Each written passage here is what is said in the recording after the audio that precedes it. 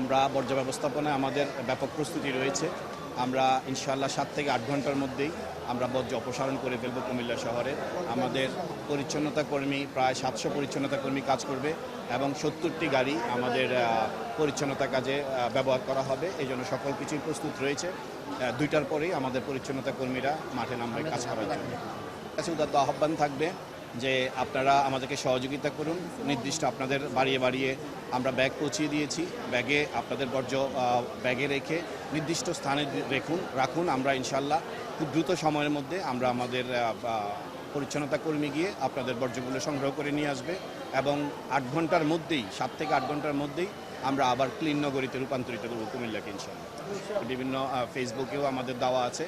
হটলাইনে যে কোনো সময় যে কোনো বিষয়ে আপনারা আমাদের সাথে যোগাযোগ করবেন এবং কিছুক্ষণের মধ্যে আপনারা মিডিয়ার যে আমার গ্রুপ আছে সেই গ্রুপে আমি হটলাইন নাম্বার দিয়ে দিব। আপনারাও আমাদেরকে সহযোগিতা করবেন। কোথাও যদি আপনাদের দৃষ্টিতে পড়ে কোথাও বর্জ্য পড়ে আছে আমাদেরকে সহযোগিতা করবেন আন্তরিকভাবে।